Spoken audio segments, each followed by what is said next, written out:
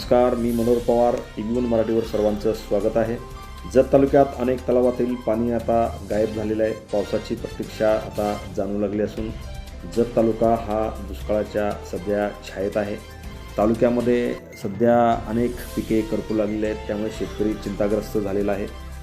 जत तालुका हा कायमस्वरूपी दुष्काळी तालुका आहे. या तालुक्यामध्ये जवळजवळ 22 ते 24 मोठे तलाव आहेत. यातील जवळजवळ 50 ते 60% तलाव सध्या कोरडे ठणठणीत पडत आहेत. त्यामुळे अनेक तलावातील पाणी आता दिवसेंदिवस गायब होत आहे. अगदी उन्हाळ्यासारखी परिस्थिती या ठिकाणी निर्माण झालेली आहे. सध्या शेतकऱ्याची पिके आता करपू लागलेली आहे, त्यामुळे शेतकरी चिंताग्रस्त झालेला आहे. तर काही तलावामध्ये किरकोळ पाणीसाठा आहे, त्यामुळे शासनाने उपसा बंदी या ठिकाणी लागू केल्यामुळे आता हळूहळू शेतकऱ्यांची बऱ्यापैकी पिके आता करपू लागले आहेत. त्यामुळे एकंदरीत खरीप हंगाम आता लांबणीवर पडलेला आहे. शेतकरी पावसाच्या प्रतीक्षेत आहे. तालुक्यातील प्रत्येक गावागावातील शेतकरी आता पावसाच्या प्रतीक्षेत या ठिकाणी आलेला आहे.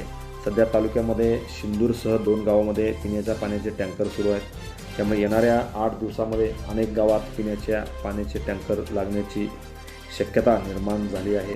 त्यामुळे तालुक्यात शेती व पिण्याचा पाण्याचा प्रश्न मोठा गंभीर होणार आहे. अनेक तलावातील पाणी आता हळूहळू मोठ्या प्रमाणात कमी होताना दिसत आहे.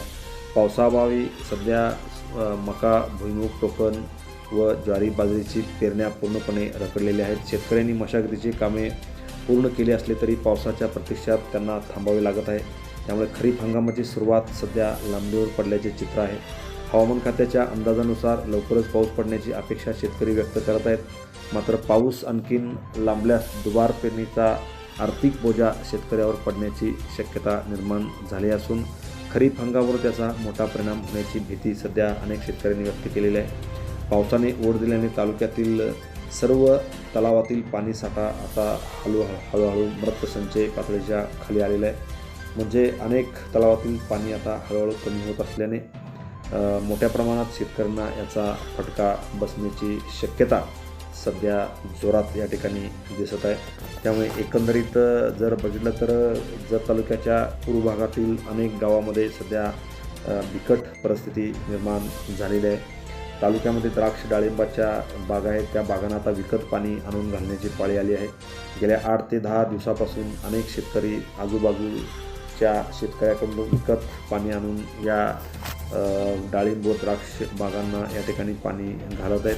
त्यामुळे मोठा फटका या शेतकऱ्यांना बसत आहे. धन्यवाद. Press the bell icon on the YouTube app and never miss another update.